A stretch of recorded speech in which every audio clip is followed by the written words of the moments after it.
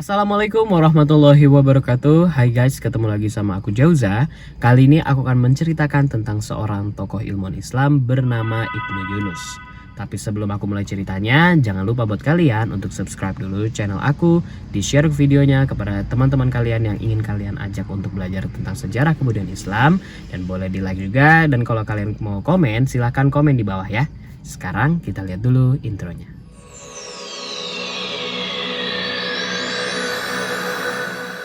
Abu Al-Hasan Ali bin Abi Sa'id Abdurrahman bin Yunus As-Sadafi lahir pada tahun 958 Masehi dan wafatnya pada tahun 1009 Masehi.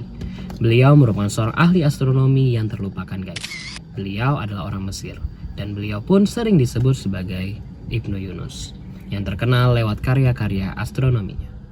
Pada tahun 990 Masehi, beliau menyusun tabel-tabel astronomi sebanyak 4 jilid. Dan di kemudian hari, tabel-tabel tersebut diterjemahkan dalam berbagai bahasa di dunia.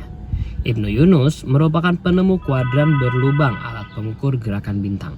Dan penemuannya yang terpenting ialah pendulum atau bandul ayunan yang digunakan untuk mengukur detik-detik waktu dalam observasi benda-benda di angkasa. 600 tahun sebelum Galileo Galilei dan C. Huygens yang sekarang dianggap penemunya.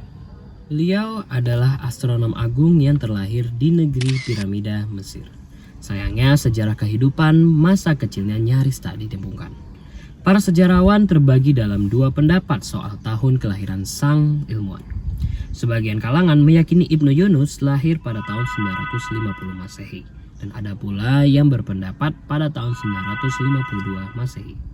Ibnu Yunus terlahir di kota Fustat, Mesir.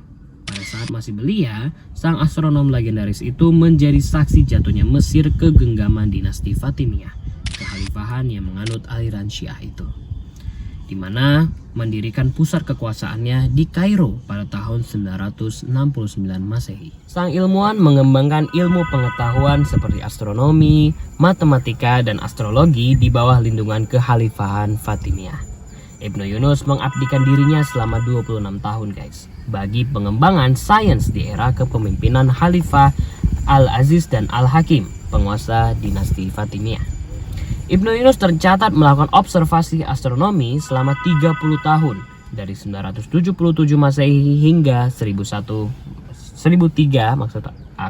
Masehi yang didedikasikan untuk kedua khalifah dengan menggunakan astrolab yang besar hingga berdiameter 1,4 meter guys.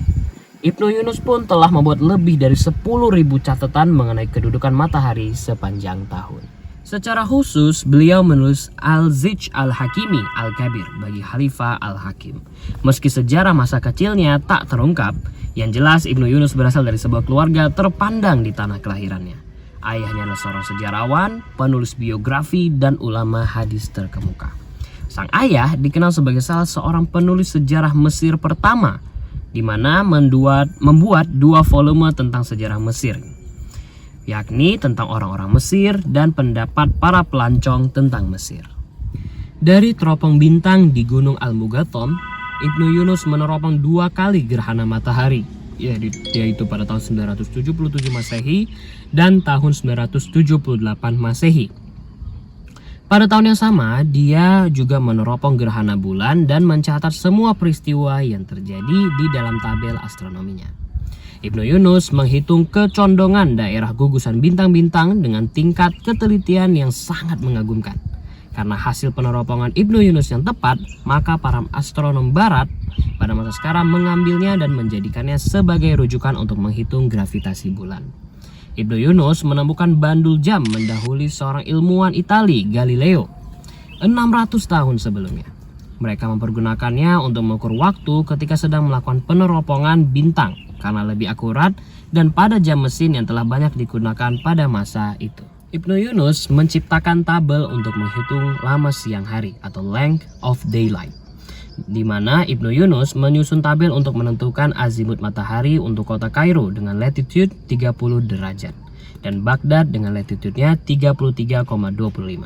Tabel sinus untuk amplitude terbitnya matahari di Kairo dan Baghdad. Ibnu Yunus juga disebut sebagai kontributor utama untuk penyusunan jadwal waktu di Kairo.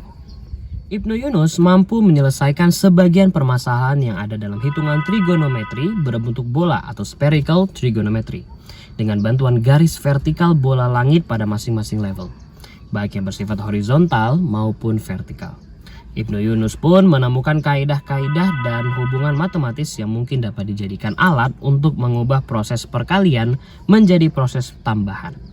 Penemuan ini telah banyak memudahkan proses perhitungan, guys. Dan tidak diragukan lagi bahwa penemuan ini telah memacu lahirnya ilmu hitung logaritma yang ada pada matematika modern. Oke guys, segitu dulu videonya. Ini juga waktu sholat Jumat udah mulai masuk. Pokoknya kalian tetap jaga kesehatan dan tetap semangat untuk mempelajari sejarah kebudayaan Islam. Nantikan lagi video yang lainnya. Assalamualaikum warahmatullahi wabarakatuh.